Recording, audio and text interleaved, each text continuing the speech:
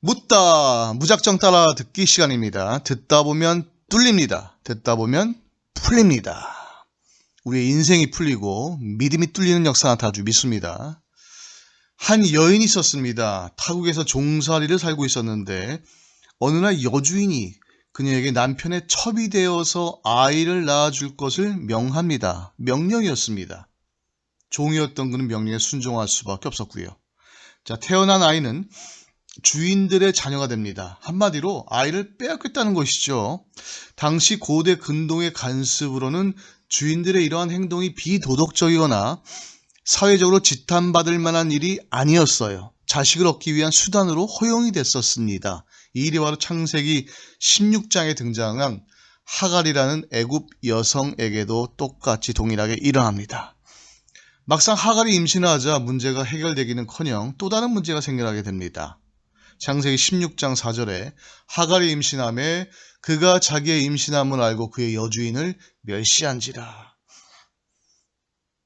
이거 참 문제가 크죠. 주인의 아이를 임신하며 하갈의 신분과 대우의 변화가 있었을 것이에요. 어쩌면 여주인은 갖지 못한 아이를 가졌다는 것에 하갈은 우월감을 갖거나 임신을 기회로 삼아 여주인 사례를 멸시했을 것입니다.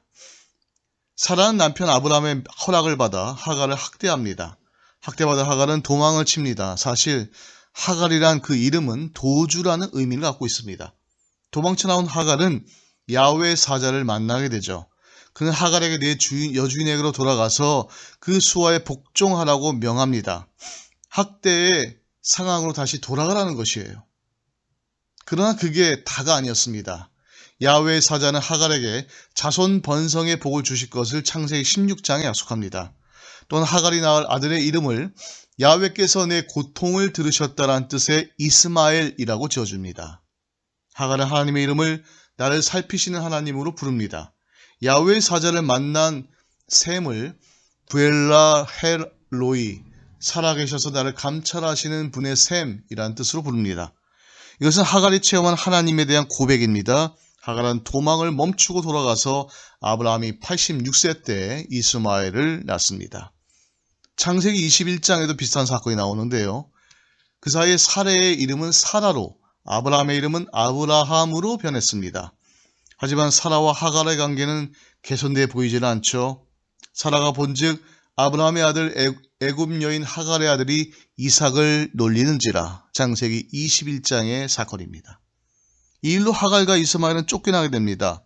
아브라함은 떡과 물 한 가죽 부대를 하갈의 어깨에 메어주고 아이를 데리고 가게 합니다. 하갈은 브엘세바 광야에서 방황하다가 물이 떨어지자 자식이 죽어가는 모습을 참아 볼 수 없어 관목덤불 아래에 두고 화살이 한번 날아갈 수 있는 거리만큼 떨어져서 통곡하여 울기 시작합니다. 하나님이 모자를 보고 계셨고 소리를 들으시죠. 그리고 사자를 통해 말씀하십니다. 창세기 21장에 일어나 아이를 일으켜 내 손으로 붙들라 그가 큰 민족을 이루게 하리라 하시니라. 하나님은 하갈의 눈을 밝혀 샘물을 보게 하고 모자를 살리십니다.